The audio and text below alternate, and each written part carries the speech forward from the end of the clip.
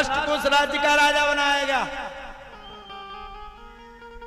धृतराष्ट्र को जब राज्य का राजा बनाया गया तब तो प्यारे कहा जाता है धृतराष्ट्र उस राज्य के राजा हो गए।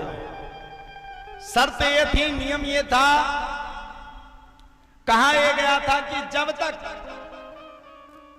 पांडव बड़े नहीं हुए तब तक ये राज्य सिंहासन धृतराष्ट्र के हाथ में होगा, और जिस दिन पांडव बड़े हो जाएंगे उस पर अधिकार पांडवों का होगा। जायज सी बात है, भगवान ना करे हमारे घर में कोई घटना घट जाए, हमारा भाई कहीं चला जाए, मतलब हमारा नहीं किसी और का, उसकी संतान हो, तो क्या हमारा ये अधिकार थोड़ी है कि उसकी संतान का अधिकार हम खा जाए।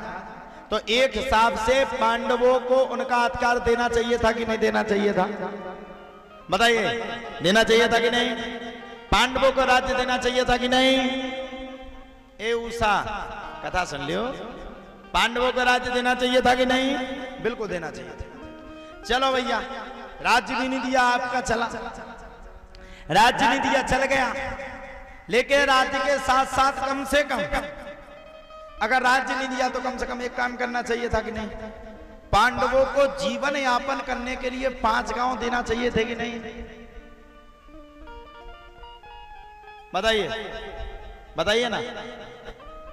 भगवान श्री कृष्ण स्वयं शांति दूत बन के आए, और भगवान ने, आप सबने देखा होगा श्री कृष्णा में, भगवान ने आकर के समझाया, भगवान ने स्वयं कहा, भगवान ने हाथ जोड़ करके प्रार्थना की, कृपया ऐसा काम मत करिए, पांडवों का राज्य पांडवों को दीजिए, पांडवों का उस राज्य पे अधिकार है। तो दुर्योधन ने क्या किया, तलवार निकाल करके भगवान को ही बंदी बनाने के लिए चल पड़ा।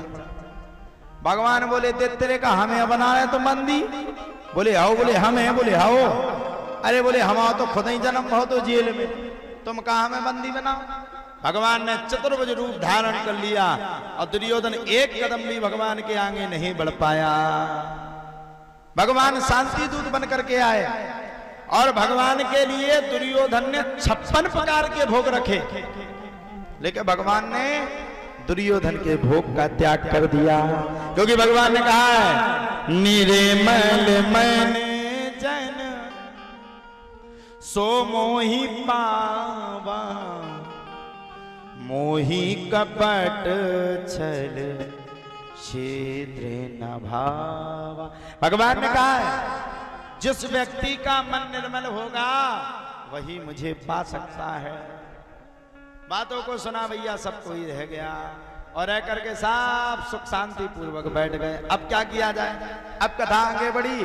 दुर्योधन ने भगवान के लिए 56 प्रकार के भोग बनाए, लेकिन भगवान ने दुर्योधन के भोग का त्याग कर दिया। दुर्योधन के मेवा त्यागे, साग विदुर घर खाए। दौड़ करके विदुरानी के पास पहुंच गए।